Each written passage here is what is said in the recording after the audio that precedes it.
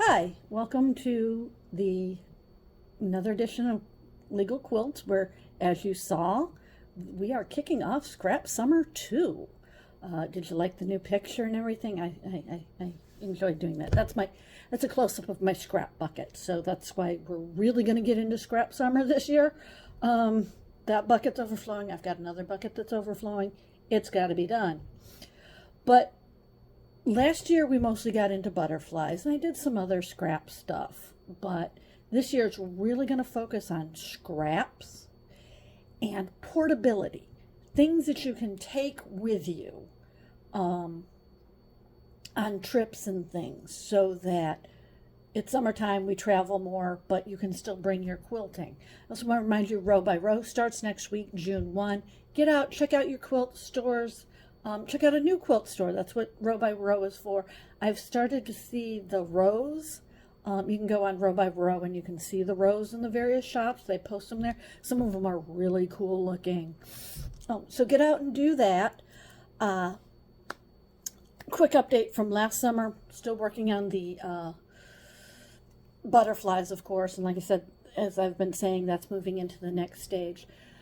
The Dresden fans pot holder thing didn't get going as much as I thought it would, so I got to get back into doing that.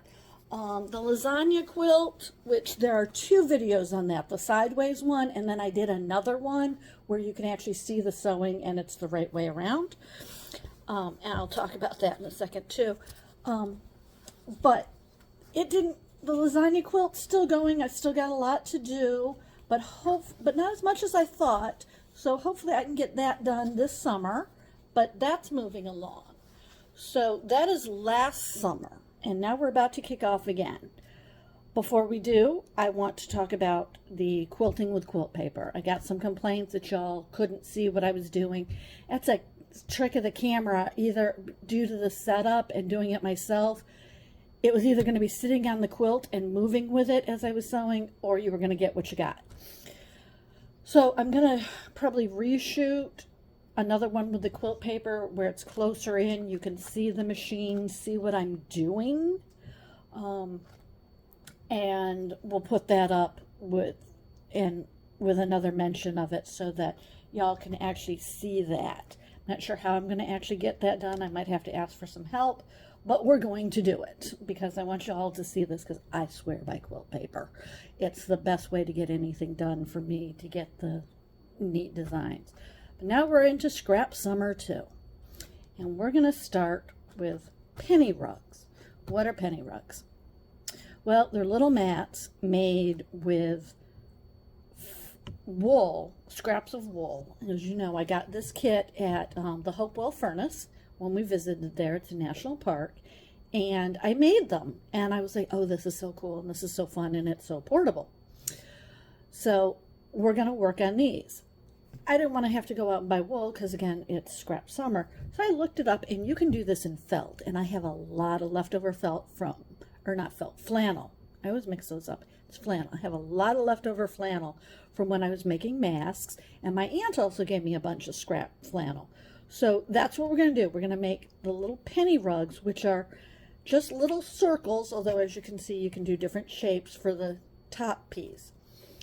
And these were just made out of little scraps of fabric, like I said, wool or flannel, that ladies just didn't want anything to go to waste, and so they would cut them out. And how they got their name was cut with a penny. You'd cut a penny, another size coin, and then another size coin.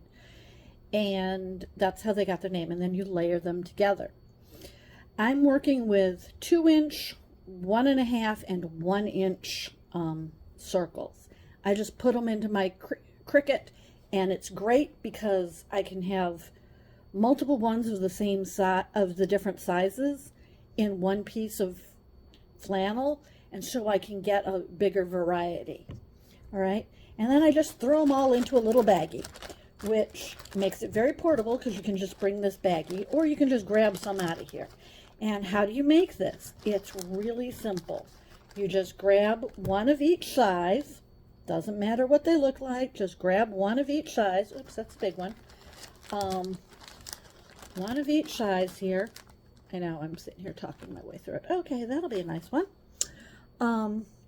And by having a variety, you're going to get a variety here, because like I said, I want to scrap. So I cut some different ones. I added some ones in. Actually, I want this one for the second one. There we go. Oh, that's nice. Stars and stars. See? I got stars and stars. And then this yellow. So that'll be very nice. And you stack these up, but you don't sew them all at once. You take your smallest size, okay, and then your next smallest size. You can do these any size you want, folks. Obviously, these are not 2 inches, 1.5, and 1 inch. These are a little bigger. You can do them any size you want, okay? And you can have them, you want enough that it sticks out, so you don't want to make it too small. Like if you did this a 1/4 of an inch difference, it probably wouldn't look as good. So maybe 1/2 inch between them all. Then you take your needle, and I'm using some thread from an old travel sewing kit I had with those little tiny, you know, threads. And I think that's great just to use that up. Little tiny spools of thread. And you've got your needle. And underneath the small size, okay, you put your needle under. Okay? Make sure y'all can see that. It goes under. And you pull it up so that your knot is underneath, okay? And if you're like me and you have a long tail after your knot, make sure you snip that off because you don't want it sticking out, all right? And you're just going to do this with a blanket stitch. You can do whip stitch, but I find the blanket stitch looks better. And how do you do a blanket stitch? There's other videos out here, but I'm going to do my best to show you, all right? You just go on the larger size one and go up through the edge. Now you have to be careful because flannel shreds, so you don't want to shred your edge, but you go up through, and then you see this loop here? See your little loop here? That's kind of why I'm using also the darker thread. I'm hoping you can see it. This little loop of thread, you put your needle back through it, and you pull it, so you're kind of making a little knot. And then you move your needle over a little bit and do the same thing. And you want to go the same way. Under, through the bottom one, up through the top one, and then you pull it all the way through until you get your little knot. And you want your knot to go through the same way all the time. So you don't want to be going over here and then over here. You want your needle to pass through the same way every time. And you pull it. And see, you've got that little bit, it kind of creates a ladder across. And you just do that. And you just keep going all the way around until you're done. Okay, and some people try to do it exactly even every one between stitches. You know my opinion on that. If that's what you want to do, enjoy, have fun. I'm not going to stress myself out trying to do that. I'm going to try to get them as even as possible and not have, you know, super long ones in between, like all of a sudden I'm going to be over here. But it doesn't matter if it comes out equally right, okay? And then, where did I put my finished one? All right, when you're done and you get around to where you started, you just catch that one up again and go through your knot and you're done. And then you do the next layer. Same thing. You put the larger one on and through the large one to the next size up. You don't go through all three, but the next size up, you do the same thing. Blanket stitch all the way around. Let me tell you, the size I'm using with the 2 inches, these things go so fast. I'm just, after making the butterflies where I'm like, I could do maybe 7 pieces a night, I'm like, oh, this goes so fast, I'm done with one already. And that's just because I'm working with smaller pieces and not necessarily the smaller size, but just only 3, whereas a butterfly had 14 pieces per butterfly. And like I said, this is perfect. You can grab a couple of these and just take them on the road with you. All you need is your needle and some snips, and the thread, of course. And you can take it and go, and it's great. And then what do you do with them when you're done? Now, there are all kinds of penny rug patterns out there of where you can put these together, like if you have a planned one or something, and those are great. And when I travel this summer, I intend to be looking for some of those. They have a lot of gnome ones too. You know, they're called candle mats, gnome candle mats, whatever. The gnomies are cute, but I'm looking more at the scrap sort of thing, although nothing wrong with planned. I have enough of some colors that I could probably do a planned one. Oh, and your top piece, as you can see, doesn't have to be a circle. You can cut any size, any shape you want. Okay? But I'm going to plan on doing those on the road as I'm traveling. Well, not in the car. You'll see next week what I plan on doing in the car.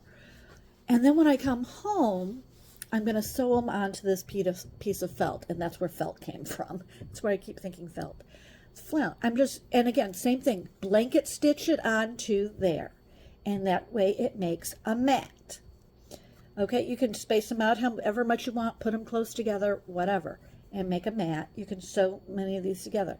They're called rugs, but there's no proof these were ever used as rugs because there's none left. Although I'm thinking if they were rugs and they were scraps left over, they probably got completely worn out and were useless for anything, and that's why they didn't save.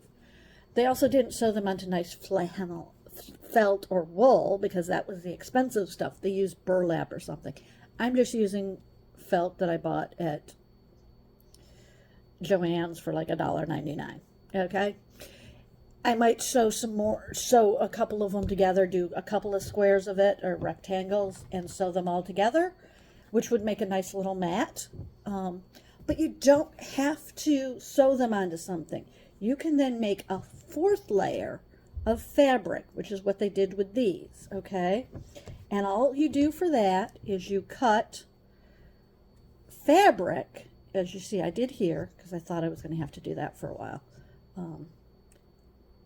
the same size as your bottom big piece, and you just like you did here, see? There's a third layer here. There's a third section of blanket stitching. Same thing. You're just blanket stitching through instead of having it going out a little bit into the larger size. You're just blanket stitching it on there. Then when you get them all, since you've already got the backing on there, you can then just whip stitch them together into a pattern. And that seems to be what most of the patterns I've seen do, is then you're doing a separate backing, and you're not sewing it onto a backing, but you're doing individual backing, and then you sew them together into the pattern. And I think that's cool too, and that's a great option. And I love this so much that I'm probably going to do both. Okay, this is not going to be an end of, well, when I finish this block, I'm done with this project. So, again, like I said, this is so portable. You just grab enough of each size, put them in your travel sewing kit, and you're good to go for a while. And you can do them matching. You can do them scrap at Scrap Summer. So as you can see, I got lots of colors and types. And of course I had the fabric, the flannel left over from mask making, so there was a lot of colors there because I tried to have fun with my masks. We were going through a horrible time. I figured I might as well have some fun, right? So that is penny rugs. Look around, Google it. There's all kinds of things. There's information about them. There's patterns out there. When you're visiting quilt shops this summer, see what's out there. They're usually in the woolly section. You can see where they might have a little special section where they sell wool pieces. That's where those patterns tend to be, if they're not out with the regular patterns. Look around and see what they got. This has been so much fun learning how to blanket stitch, which is what you also use in applique. So now I've got an applique project where I have to rip out all the stitches and start over. But it'll look so much better when I use the blanket stitch instead of what I was doing before, which was basically a whip stitch, and it didn't look as good. The ends were fraying too much. Doing it this way, you can kind of see it better here. If you do it right, and you usually do, doing the blanket stitch kind of seals off your edge. So if you're doing raw edge applique, this seals off the edge so you don't get as much fraying and the little pieces of fabric floating away. In this case, the little pieces of flannel. We're going to do more on applique now that I've discovered how to do it. Later, probably not this summer, but we've got it now. But practice with penny rugs to get that stitch down, and your applique will be so much better. If you're already good at applique, you will be a whiz at penny rugs, and they're just so fun and cute and little. They're just quickie projects.